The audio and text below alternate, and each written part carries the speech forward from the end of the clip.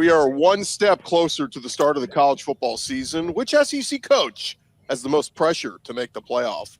Time to get the SEC squad together. You're talking ball with the SEC squad, sponsored by Game Time. From Alabama to Tennessee, from Georgia to Oklahoma, from Auburn to Texas, it's the local experts of the Locked On Podcast Network bringing you scoops, breakdowns, and the most comprehensive preview of the upcoming SEC weekend. It's the SEC squad, and we have a seat for you. Hurt feelings and thin skin are prohibited. Squad up, you're part of the SEC squad. Oh, yeah. Welcome into the SEC squad. Sit back, grab your favorite beverage, and join us as we get you ready for another week talking all things SEC. And as we welcome in our panel, we've got Zach Blackerby, host of Locked On Auburn. Stephen Willis returns, host of Locked On. Woo. Hey, despite what my comment section says, the doctor did confirm that I actually do have a brain. There we go. Oh, yeah, there you go. Great to have Stephen back. Jimmy Stein of Locked On Bama. Corey Burton of Locked On Vandy, John Miller, Locked On Mizzou, and Jay Smith, Locked On Sooners. I'm Chris Gordy, host of Locked On SEC. And fellas, it is official. We have crossed the offseason Rubicon. We are now closer to the college football season than we are to the college football playoff title game. So we are past that halfway point. We're counting down, and the summer months are approaching. And so, thus, I got to start with the question, guys. We found out this week that Texas is going to open the season. We knew they were going to play at Ohio State, but Fox picked it up, and it's the big noon kickoff. Wow.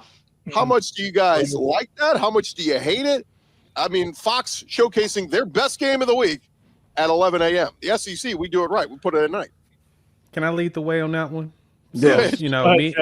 So, me and Texas, Oklahoma and Texas have come from the Big 12. We as long-standing members of the SEC, we have despised the fact that the Big 12 have been that disrespectful to their best teams by placing them at an 11 o'clock kickoff where tailgating really isn't going to happen. Well, the Big 10 does the same thing. It is terrible. Big noon kickoff is the worst thing in the world. That is the most disrespectful spot because think about it this way. Especially when it comes to recruiting. If you've got kids trying to come in to do an OV during the season, it's really hard to get there first thing in the morning when you had a game late on a Friday night. Unless you are local, you're screwed when it comes to getting visitors out there. You got to get them to visit afterwards, and it's not as fun. It's so much better when you're in the stadium and you're showing recruits what the environment's going to be when they come there. Nah, Big Ten don't even care, man. And I get that it gets cold up there at night, but come on now. It's so much better. The presentation's always better when it's a top game at night, or at least midday. Give us a 2:30. Give us a 4 o'clock. Give us a 6. But why do they always got to pick freaking noon Eastern time? Because, I mean, that's what, 9 o'clock in the morning when you go to the West? Who's waking? Well, I know college fans are waking up drinking that early, but that's not the point. The point is, this does not need to be happening. We need to exile and get rid of noon kickoffs for big games. That needs to go. Somebody needs to be fired for making that decision. I mean, it really is wild that it's celebrated in some conferences, and then whenever we draw an 11 o'clock kick, it's like, oh, we got the 11 o'clock. Then you try to rationalize it. It's like, okay, well, at least I'll be able to watch the night games after. Yeah. That's what their goal is. It's very odd. As a fan of watching games all day on your TV in your living room, as a fan of doing that, I like having a big game at 11 to watch because now I'm watching a great game at 11, at 2:30, at 6. But I'm really glad, speaking for Alabama and all of my SEC brethren here, I'm glad it's not us. I don't want to play at 11. I don't want to, but I'm cool with sitting in my living room watching big-time teams from the Big 10 and Big 12 play. That's entertaining, but I'm glad it's not us. Exactly. From the consumer perspective, and speaking of consumption, allow me to introduce you to my friends Mimosa and Bloody Mary. You guys are going to be just fine. What am I supposed to do? Do yard work and hang out with my family on a Saturday morning? Ew. Give me more football, marquee football. You guys are missing the point here. Of course, all of Jay's points are totally valid, but as an SEC fan, I don't care. Give me all the good football all day. I'm with Jimmy. Well, and John Miller, I mean, Mizzou's used to playing a lot of 11 a.m. Oh, hey now. Yeah, All I know Vandy, is the one that, you LSU fans in 2020 can't handle that 11 a.m. smoke. I remember that much. Well, Hey, and Texas has a like getting the tailgate all day is what makes the SEC great. Like I've been on campus at Auburn all day for a night kickoff. I've been in Tuscaloosa all day for a night kickoff. It's what makes the SEC great. And, oh, by the way, But you can't drink all day if you don't start in the morning. Thank you. You know what we set up at the tailgates? TVs. We're watching all the big games all day. If your tailgate doesn't have a TV, you suck. You're doing it wrong. You're not gonna have anybody there. Yeah, no. If it's just a tent with some chairs, nobody's staying. Sorry. This Texas game is a low-key, really big game for them because if they lose on the road at Ohio State, they are legitimately on 8-4 watch next season. Oh, no doubt. Yeah, no doubt. But yeah, the noon kickoffs, Really? man, it's disappointing when you draw that game and you cannot tailgate. That's the most fun part for fans and recruits. Jay, you're spot on there. Yeah. Especially the beginning of the season. That's the best part. You want to go out there and enjoy the environment. It's the first weekend, and it's in that to me, because it's Labor Day weekend too. And I think that's the thing that really just makes me want to punch somebody and I want to punt a small child because of that. You really do want to be able to enjoy and bring in the weekend the right way. I mean, I know week 0 exists for some people. I mean, does it exist for us? Do y'all know about week 0? I watch every Have you ever heard of it? Have you ever heard of week 0? If you're a I'll Florida watch every State single fan, one. week 0 was not kind to you last year, but Yeah, it really was not exactly. But at the same time, like, I'm gonna watch it. Like, don't get it twisted. It's football's on television. I'm gonna be So sitting are on you the couch asking if watching it it. exists or not? But I'm just saying, like, I say that in the way of how many of y'all want to participate in a week 0 game? Oh, dude, no. You see my point exactly. Right. No, but So, I'm going to watch. I'm going you're to gonna watch. watch. So in theory, it doesn't really exist to you, right? You want to participate. Like I said, when it comes to going to the game, Watch it. What do you want to party. That's not participating, Zach. We're talking about being there, excited about it. This is a different story here. I am mad at the fact that we can't party for the first weekend, even though week 0. Let me ask you guys. I mean, by the way, Zach, Auburn might be 0-1 before that game even kicks off because Auburn's playing Baylor on a Friday night. But You would love that, Gordy. No one would love that more than you and Jimmy. 100. Yeah, we'll see. We'll see if that happens.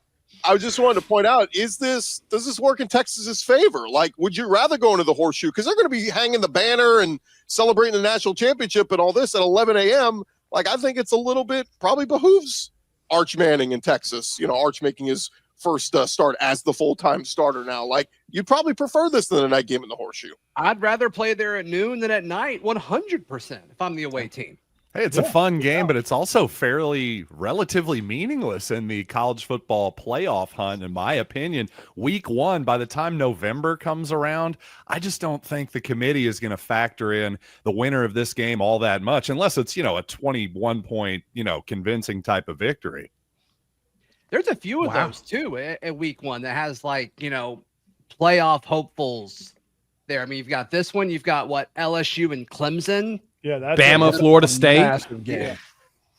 Yeah, I would just say Auburn, be careful. Baylor. I would say be careful with Texas though, because if you take a loss already, what do we know? 10-2 is the line to get in. 9-3 is going to be really difficult to punch your ticket to the playoffs. So, to Steven's point, Texas almost needs to win this one because that means you lose this one, you only got one more loss the rest of the way. And Texas has to go to Florida. They have to go to Georgia. They get A&M at home. So, I mean, they got some more, possible traps along the way. The difference, though, is they could win the SEC still, and I don't think it would shock anybody. Even if they were to lose 2 SEC games, I still think they can get into that conversation and play in Atlanta, and then, it really doesn't matter. Is this the most wide open the SEC has been in the last 20 years? I think it is. I think after Georgia, I'm not really sure what to expect from almost anybody. I think there's a real wide range of outcomes for a lot of teams. Can anyone say definitively who that team is? Like, you're saying this team, and then I don't think you can. It's tough because if you look at it, I mean, you got Lenore Sellers and Nussmeier's really your only 2 returning starting quarterbacks. Like, everybody else is kind of shuffling in new faces that haven't started in the last few years or whatnot, or last season at least. And so, yeah, it's very much what the running back rooms are a lot different. Like, who's the standout running back? Like, I'm used to having a back that you've heard for like the last 2 to 3 years be that dude that's going to carry it. Wisner at Texas is pretty. I mean, he was a top 5 rusher. You know, did he get hurt? He's not the one that got hurt, right? No, they get him back. CJ Baxter comes back, so they're actually even in a better spot at running back. So they got a couple, right? But they lost their whole offensive line. Georgia gets back Frazier or Nate Frazier. Yeah. Nate Frazier. They did get Nate Frazier back. Nate is back. I don't know why I call him. But that's what I mean. Like, numbers wise, besides Wisner, Georgia also brought in the starting running back from Illinois last year, who was a 1,000-yard rusher. So Gray, right? A&M's got good backs too. Levy and Marcel Reed with who was it? Ruben Owen, because Owen got hurt. He also got hurt. He got hurt. So you got a lot of healthy at the end of the year. It's the other back, who ended up Moss, Owens, and the other guy. They have 3 backs that I know they're high on this fall. They have the deepest room in the league, I think. The thing that concerns me is at the end of the year, the coach said, well, we just didn't know how to play zone defense. And it's like, what? You're college athletes. You know, if that's a problem after a full year, I think you have to kind of just wait and see a little bit over the course of the season with them, because not playing zone 13 games into a season. And once Lincoln Riley figured out that they could not man-to-man them, USC owned them in the bowl game. And Amari Daniels, who we were thinking of. So we'll see exactly how they do. But yeah, I'm in very much wait and see mode on Texas 8-4. Well, let's do this, guys. We'll transition. What SEC coach must make the playoff in 2025? The SEC squad talking more ball next. Back to the squad in just a second. But first, guys, the days are getting longer. That weather is warming up, and people are spending a lot more time outside, which means it is the perfect time for you to refresh your outdoor space. Whether you're working with a big backyard, a little tiny balcony, whatever it is, Wayfair has everything you need to make it feel more like you. And Wayfair's massive selection of outdoor essentials, it's going to make it easy for you to transform any space into your ideal summer setup. From comfy conversation sets to sleek dining tables and outdoor decor, they have got it all, and at prices that will fit your budget. You a big SEC fan that wants to sit out on your back porch, sipping some iced tea while the sun sets, grab a new patio dining set and some string lights from Wayfair to help extend your outdoor space. They have got something for everybody. I'm telling you right now, you are going to love it. The delivery is free and hassle-free, even for the big stuff. Whether you're entertaining guests or just relaxing solo, shop Wayfair to help you unwind. Shop from a huge selection of outdoor furniture online. And this summer,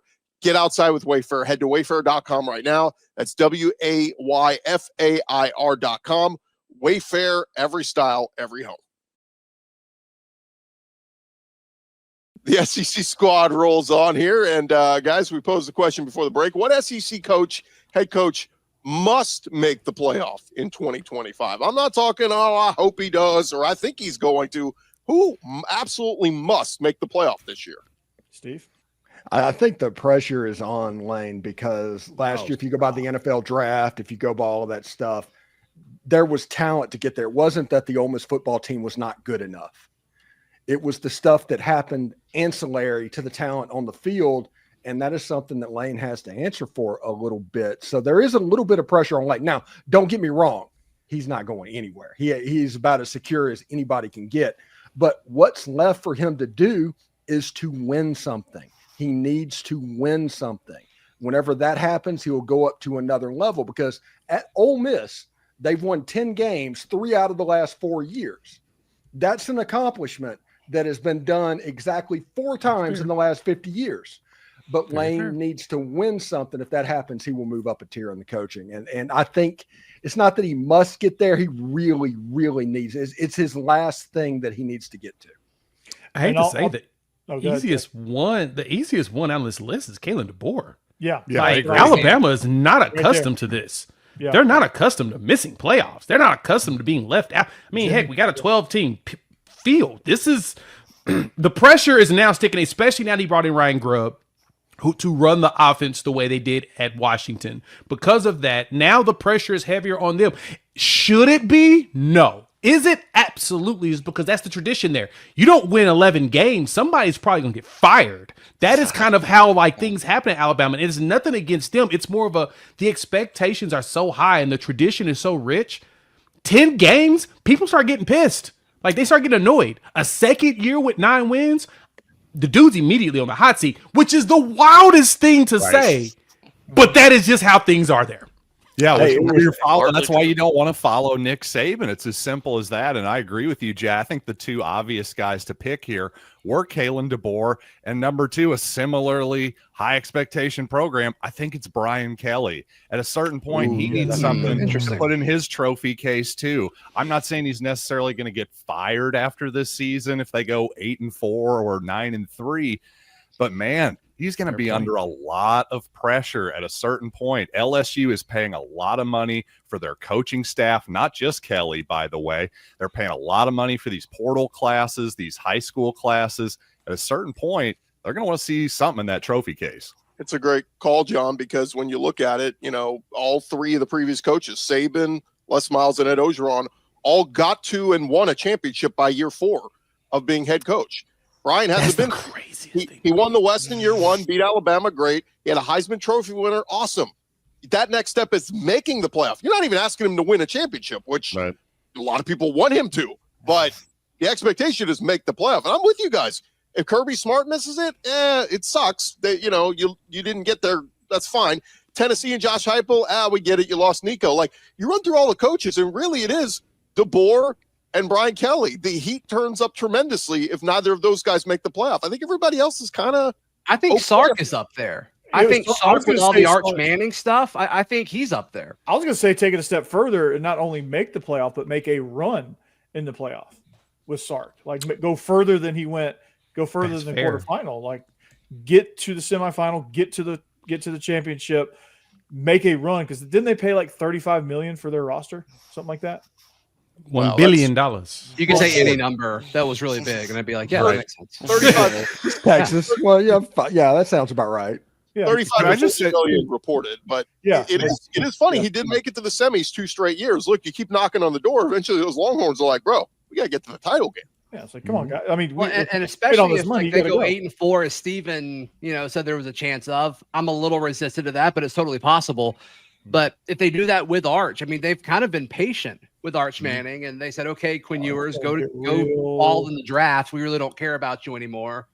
It's gonna get real. I think that adds some pressure to it. Yeah, I think with Sark and Kirby are expected to get there, but if they don't, I don't know that they're going to get a lot of heat. I think DeBoer and Kelly would get a lot of heat for not making the playoff, and I think that's why they're the right answer. DeBoer's probably outside of some sort of disaster.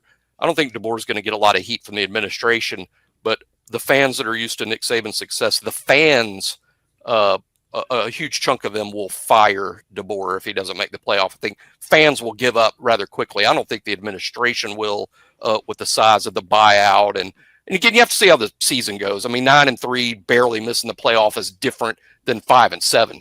Then that's a completely different conversation. What about the boosters, though, who feel like the ones that really control a lot of it? Would the boosters be okay with that? You're more booster dependent than ever before because boosters sort of, pay for a chunk of the roster, right? So if the boosters feel like, hey, we don't have the right guy, then the money stops rolling. That's why the problem is it's not that the administration stops believing on you. When the fans stop believing in you, the way the system is set up now the money stops rolling in, and then you can't, recruit yourself out of the hole. So it would be very problematic for DeBoer, I think, to miss the playoff in terms of the fans and the boosters, as Jay points out. Now, I don't think the administration would be in any sort of a hurry to say this is a make or break year for him. But it is going to be tough for him if he doesn't make the playoff. I think Brian Kelly has a similar situation at LSU. Jimmy, is there a game on the Alabama schedule this year that if they lose, there's a Bill Curry 1988 type situation that it can lead to a fracture? Well, lose to Vandy again. That could possibly do it. But no, I think Georgia would be an understandable loss on the road. I think the game at Auburn is the last 2 times Alabama was there with Nick Saban, it took a miracle and an overtime. But with the situation DeBoer's in, just imagine this, guys. Just imagine this, and I know Zach imagines this with a bottle of wine and music playing. But imagine if Alabama's lost 2 games and that they end the season at Auburn, and that's the 3rd loss. Oh wow! I mean, that would be a really bad hypothetical for DeBoer. Yeah, I'm gonna say this, and I know it's gonna sound very wild that I'm gonna say this, but I think that if Alabama lost to Florida State first game of the season, they're gonna fire that dude. They're not even gonna let him off the tarmac. Well, they wouldn't fire him. There you go. Oh my goodness. I'm like, but the Florida State game feels like that's the one to me. It's like we're on the wrong direction. I do agree with Jay that a loss to Florida State could the wheels could come up because the fans are going to look at Florida State like you just lost to a 2-10 football team. Now that's not really the reality of it.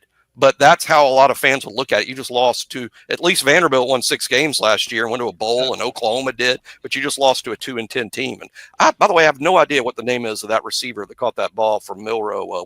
We totally forgot his name. We call that Ryan. Boy, Ryan Williams made a heck of a catch to beat Auburn in that Gravedigger play. That was Ryan Williams, right?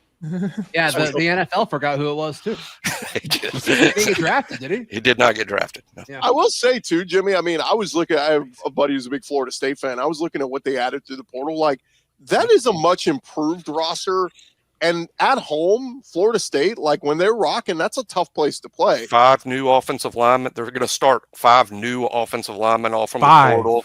Deuce Robinson and Squirrel White at wide receiver, switching to a RPO type offense with the RPO quarterback from Boston College, coached by Gus Malzahn, the RPO kind of king. That they could be radically different this year. I know will be. They shouldn't be looked at like a 2-10 team. Now, Alabama's gonna be favored to win probably by double digits, and they should. Alabama's got more good players than Florida State's got. That's a game Alabama should win. But if they don't, Jay's right. The heat will start immediately. Gus Malzahn's good for one really solid game plan a year, and he usually uses it on Bama. First game of the season or Bama. Yeah, that does make sense. Well, it does. Yeah, that makes sense. That's Alabama struggled to stop similar offense. Jackson Arnold at Norman, Diego Pavia at Vanderbilt, kind of RPO'd Alabama to death, and now you got to deal with it with Castellanos in the opener. So yeah, it's a little bit of a sticky moment there for Alabama. How long of a leash will Ty Simpson have? Based on how things have gone so far, I think he is going to be kind of the emphatic starter. But Keelan Russell's the guy. He's going to improve a lot over the summer and through fall camp. I mean, Ty kind of is what he is. He's been there 4 years. Keelan's the one that's going to improve by leaps and bounds, I think, as everything progresses. But I think right now, I would phrase it that Ty is solidly the quarterback. I don't think it's by a slim margin. But again, let's see what Keelan looks like in the fall. Do we want to see a true freshman play like that in the SEC? Because true freshman just with that schedule. Right. Ideally, Ty holds on to the job. Right. In terms of what Alabama hopes is that Ty's good, and I do think people forget. I mean, Keelan Russell is a 5-star toolsy kid. So was Ty coming out of high school. It just took him a while to get ready, and by the time he was ready to play, he was kind of blocked by Jalen Milrow. And let's see if he's ready. He wasn't 2 years ago, but that was 2 years ago. Our captain fell off the ship here. What happened? Yeah. I'll tease it. He sent us a rundown beforehand. A lot of chatter about. I mean, this happens every year. Going to 9 SEC games with the hypotheticals of the college football playoff expanding. Are we okay with that? Our thoughts next, right here on the SEC Squad. For years, the discussion was you can't add another SEC game. It's too physical. And then COVID happened. And it's like, well, let's just play 10. Let's let that be the only thing that we do. And so now you're seeing all these reports, and I assume this is the direction Chris Gordy wanted to go. Chris, we went to break. We are back. Stop me if you want to go a different direction. But with all these reports coming out about changing things up with the expanded playoff, it's being tied to the assumption of adding an extra conference game. Are we okay adding a 9th SEC game if it gets rid of some of these marquee non-conference matchups? Yeah, let me just add real quick, guys. The news came out that the ESPN is ready to write the check now. So that the toughest part is out of the way. What the SEC needs to approve, and they have their meetings in Destin later this week.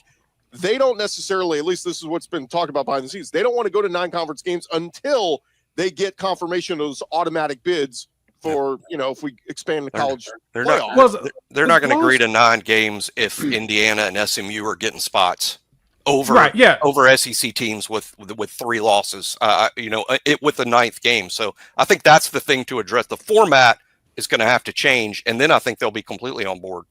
Yeah, as a long-standing member of the SEC, I've always asked the question, why weren't we playing 9 games? Why has it always been just 8? But I understand, because the gauntlet that the SEC is, it's a struggle for us as teams to go through that every year, and these other conferences get little cupcakes to be able to make it through. Like, it gets to the point where top teams don't even see the bottom feeders, and they come out with 11-win seasons. It's ridiculous. At a certain point, we need to penalize them for allowing that, but I think the biggest problem, truth be told, is that the conferences are getting too big. We're getting to the point where you cannot control if teams will actually see tough schedules like you would like to. I mean, granted, we got punished, Oklahoma did, walking into the conference, but it's okay, because that's just kind of based upon the mathematics that they did it made sense going off historical success. But overall, that is one issue I don't like even with the Big Ten. They've got so many teams middle to down that are not very good, and they always prove that they're not very good the minute they actually see some competition. Like I was telling people last year about Indiana, I said I love what Cignetti's doing. I love the way he turned things around. Let me hold judgment until he faces a real team. What happened? They got clapped. So then I was like, well, everybody keeps telling me they want to hire this dude. What did you expect? Now we get to see next season what his schedule looks like, if he's going to be able to actually keep propelling them forward. And I don't see it. The schedule gets tougher. I think they're going to drop 7. They have 7, maybe 8 wins next year in comparison. And that's a big drop from 11. Yeah. Well, one thing that I'm really excited about is this whole change that they're talking about doing will return the emphasis to the conference race, to the point where 9 conference games, you got 4 spots. Everything is going to be built around those 9 games over the course of the season. If you make it into the top 6, you'll have a chance to play into the playoff, whether it be a 3-6 game or a 4-5 game, or the 2 people in the championship games get to go on as well. And then the opportunity at a Big Ten SEC Alliance game, that's 10 games for fans to replace a Georgia Southern or Georgia State, where you're renting them for $2 million to come in and play you. Instead, you're putting money into your account, which is going out to the players. I think it's a win-win if everything moves in. I am all for this playoff system. Not going to lie. I like going to Georgia State go off the schedule. So, well, here's the I got that, Corey. You got a lot of schools like Mark Stoops at Kentucky probably will not want to keep the rivalry game with Louisville if they have to play 9 games. Shane Beamer, you think he wants to play Clemson and play 9 SEC games? So this is where I'm sorry, have a rival in your freaking conference. Sorry, don't feel bad for you. Well, I can actually speak to that a little bit. Because Missouri's actually returning its historic rivalry with Kansas is starting back up again for a couple years, and then they're going to play again in a few years as well. As a Missouri fan, that may not seem like a huge national rivalry. I'll just say, all things being equal, if Kansas was in to play every year, I think I'd rather do that than do the 9th SEC game. But since the Jayhawks are wishy-washy as usual, to heck with them. Give me the 9 SEC games then, I suppose, because certainly, like Steven was alluding to, yeah, give me that over the FCS type of game. But yeah, if it's going to be at the expense of, say, Georgia Tech, Clemson, South Carolina, that type of thing, Florida State, that's a whole other discussion. I think that is a huge loss for college football if it comes to that. But if you remove the committee, to where strength of schedule and all of the crap that we saw last year not coming into play, all of a sudden you can play those games and you're not going to be penalized for them one way or another. And if that happens, there's no reason to get rid of them because it's not going to penalize you. Right. Here's the one thing I'm worried about too. If the thing that seems a little counterintuitive is it seems like, I think even last year I've seen people break this down, that if they have the automatic bids, how they're coming out. In fact, actually the SEC might end up screwing themselves some year, because if you're going to, where you say we got to have 4, but then the ACC and the Big 12 gets 2, well, some years those second teams in those conferences are not going to be better than the 6th or 7th team in the SEC, for example. So I'm confused, frankly, as why Greg Sankey and the rest of the conference is so paranoid about, oh my God, what if the SEC doesn't get our preferred amount of teams in? Under what scenario is that going to happen? And if it happens, well, then I guess they deserved it. I just don't really understand. There's still 3 at-large teams, though, right? Mm-hmm. Yeah. And the SEC if they go to 16. 2 if Notre Dame is in the top 12. Yeah, if they go to 16. Yeah. And we're making special rules for Notre Dame yet again. I love that. Yeah. Well, that's the nightmare is you got an Indiana who avoided all the good teams of the Big Ten, and they get in because they won 11 games, and and so on and so forth. You go down the maybe there's a Houston that goes undefeated in the Big 12, and then maybe you have a Colorado who's a 1-loss Big 12 team. You're just there's going to be years where there's going to be exceptions to the rule. I think just the SEC. This is where I say, guys, just do it 1 through 12. Whoever's ranked at the end of the season 1 through 12. If 6 teams from one conference get in, who cares? I couldn't agree more. Best teams. I don't know why but everybody's got to play fair, and I got to get my share. And my if you win your conference, great. Other than that, Steven, I know what you're about to say. I know what you're about to say, and I agree with you. Basically, a conference championship Saturday being a conference championship game, a 3-6 play-in game, a 4-5 play-in game. That will be the best Saturday going before the playoffs going in. They have a chance to create something a whole lot like the NCAA basketball tournament if they do this right. But they have to be all in. If they are all in, it could work. They're not going to go 1 through 16. They're not going to do that because of the schedule disparity and the fact that why is a Big Ten athletic director who gets money in his pocket on his teams getting in, why is he on the committee? And basically you have a bunch of yes men in a room trying to do that to make as much money as possible. They need to take the committee out of the equation. I am all for this system. But how do you decide who gets in then if there's no committee? 4 automatic qualifiers and the 2 play-in games. That's 6 teams for 4 spots in the SEC. And those tiebreakers will be fun. Yeah. Right. I mean, that's the thing. That's where your scenario of, hey, let's kind of do those play-in type games does make sense for sure on that level. And then another level, why I do like that idea, even though it's really unconventional, at least there's an incentive for those games because right now we're entering a world where the conference actual championships, there isn't really an incentive other than, hey, hang that banner, which is great historically. The problem is now everybody cares about is the college football playoff. Mm-hmm. Your schedule will never be more important under what Steven's by that format. The conference schedule that you play is going to dictate so much. I mean, if you miss Texas and Georgia, but you have Kentucky and South Carolina, and look at what Florida and Oklahoma, are playing right now versus a Texas.